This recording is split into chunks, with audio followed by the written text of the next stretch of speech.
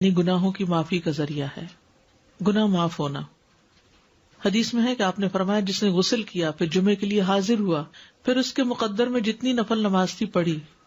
یعنی مسجد میں آ کے مسجد کے نفل پڑھے، ویسے پڑھے، پھر خاموشی سے خطبہ سنتا رہا حتیٰ کہ خطیب اپنے خطبے سے فارغ ہو گیا، پھر اس کے ساتھ نماز پڑھی، اس کے اس جمعے سے لے کر دوسرے جمعے تک کے گناہ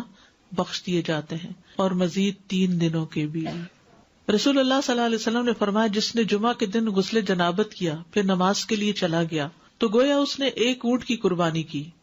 اور جو شخص دوسری گھڑی میں چلا تو گویا اس نے 1 گائے کی قربانی کی، اور جو تیسری گھڑی میں چلا تو گویا اس نے 1 سینگ والے دمبے کی قربانی کی، اور جو چوتھی گھڑی میں چلا تو گویا اس نے 1 مرغی کی قربانی کی، جو 5ویں گھڑی میں چلا تو گویا اس نے 1 انڈا اللہ کی راہ میں دیا۔ اور جب امام خطبے کے لیے نکل جاتا ہے تو فرشتے ذکر سننے کے لیے حاضر ہو جاتے ہیں، یعنی وہ لکھنا بند کر دیتے ہیں۔ یہ ایکسٹرا ریوارڈ ہے نماز وغیرہ کے علاوہ، صرف جلدی جانے کا ریوارڈ ہے، فرشتوں کا حاضری لگانا، کیونکہ فرشتے یہ حاضری لگاتے رہتے ہیں۔ جب امام خطبے کے لیے نکل جاتا ہے تو وہ اپنے دفتر لپیٹ دیتے ہیں اور ذکر کو یعنی خطبے کو غور سے سننے لگتے ہیں۔ جمعے کے لیے جانے والے قدموں کے لیے خوشخبری۔ عبایہ بن رفاعہ کہتے ہیں کہ میں جمعہ کے لیے جا رہا تھا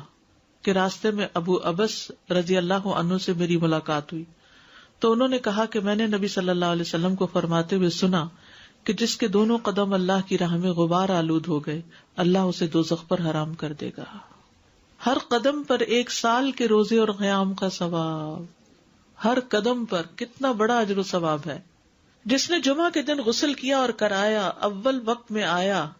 خطبہ میں شروع سے حاضر رہا، پیدل چل کر آیا، سوار ہو کر نہ آیا،